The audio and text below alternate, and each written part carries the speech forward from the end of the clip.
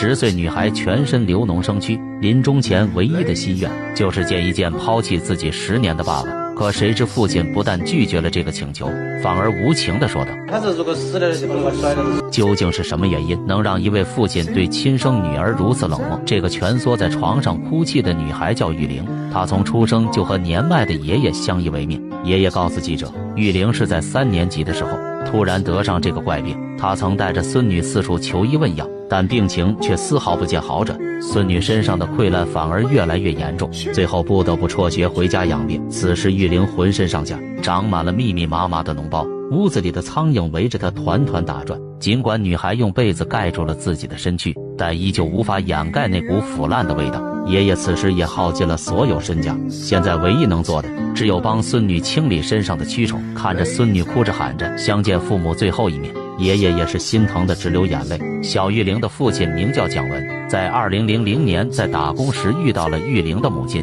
可对方却嫌弃蒋文赚不到大钱，在生下小玉玲后就抛弃了父女俩。此后音信全无，蒋文独自带着小玉玲也无法打工，于是便将女儿送回了老家，让年迈的爷爷去照顾女孩。此后蒋文几乎就没回过家，小玉玲就这样成了留守儿童，在破旧的老房子里与爷爷相依为命。在小玉玲患病之后，爷爷也曾给小玉玲的父亲打电话求助，但电话那头说等孩子过去了你帮我埋了吧。有个邻居实在是看不下去，亲自拨通了蒋文的电话。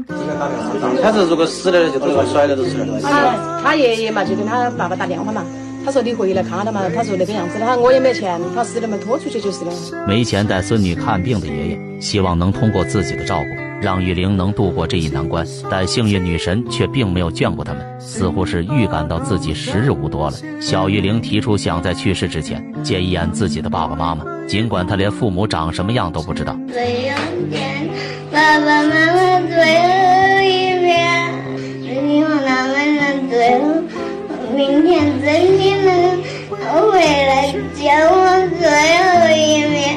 为了完成小玉玲的最后心愿，邻居兄妹俩决定亲自前往福建，拖也要给蒋文拖回来。无论如何都要把他找到去，见他女儿最后一面。我们不希望他爸，不希望那个女儿走得这心里一点都不安那种感觉。善良的村民们给他俩筹集了2000元路费，经过几番寻找，他们在福建的一个出租屋里抓到了蒋文。在得知了女儿的惨状后，蒋文低头不语，反倒是他的新女友哭成了泪人。女友指责蒋文为什么不早点告诉他，并表示自己愿意回去扮演女孩的亲生母亲。在女友的劝说下，蒋文才答应回家去看望女儿。人们都在指责蒋文冷血无情，但治病是需要钱的呀。20年后，蒋文说出了当时的苦衷，他是在工地上干活的，但工头却迟迟不结算工钱，自己也想提前回家看女儿，但他需要钱呀。蒋文刚一进门，从来没见过父母的玉玲就一眼认出这就是自己的父亲，女孩再也忍不住嚎啕大哭起来，向父亲诉说自己的思念。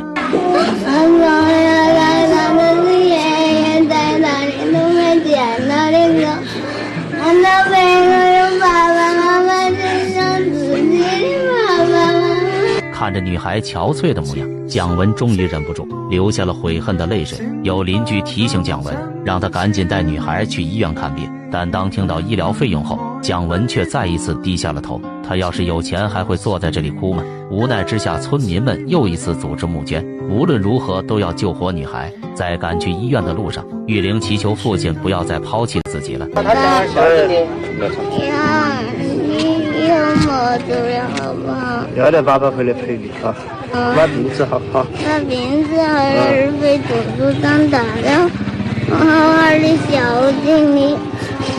经过医院的详细检查之后，他们告诉蒋文，玉玲的病是因为长期营养不良加上环境恶劣导致的，需要更进一步治疗，并再三强调病情绝对没有到不可控的地步。小玉玲在得到治疗后的第5天，身体就明显的变好了一些，但此时蒋文却做了一个让所有人都意想不到的决定。在小玉玲得到治疗的1周后，他将女儿接回了家中，而自己又回到了福建的出租屋。随着父亲的不辞而别，小玉玲才刚好转的身体又垮了，女孩变得沉默寡言，再也没了之前的那股精神气。愤怒的村民再一次给蒋文拨通了电话，蒋文声称还有工作没完成，自己需要钱来救人。你负责还有啥子事情嘛？他说我哥哥他们去把那个账款给报啊，我再安排回来把那个账算报了，我好回来呀，你搞清楚了吧？但蒋文的语气听起来像是在敷衍。村民们也对他彻底失望了，他们发起第3次筹款，无论如何也要让小玉玲去接受治疗。村民们的动静惊动了旁边的警察局，局长亲自放话，若是蒋文不愿意回来陪女儿，那他会亲自去把对方请回来。去医院的小路上挤满了善良的村民，他们一个接着一个的身影撑起了小玉玲的生命线。县里的医院得知消息后，也连忙派出免费的救护车来为玉玲保驾护航。在救护车赶到现场后，却被村民们拦了下来。他们是来为小玉玲献爱心的，更有一个不愿意透露姓名的好心人，直接捐了4万元。在短短的2天内，社会各界为小玉玲筹集到了10几万元的善款。当时去捉蒋文回来的孙家兄妹俩一直守护在玉玲的身旁。就在兄妹俩将玉玲送到医院后，却接到了蒋文的电话。这一通电话并不是来表达感激的，而是来兴师问罪的。蒋文认为兄妹找记者筹善款的举动让他丢了面子。他说喊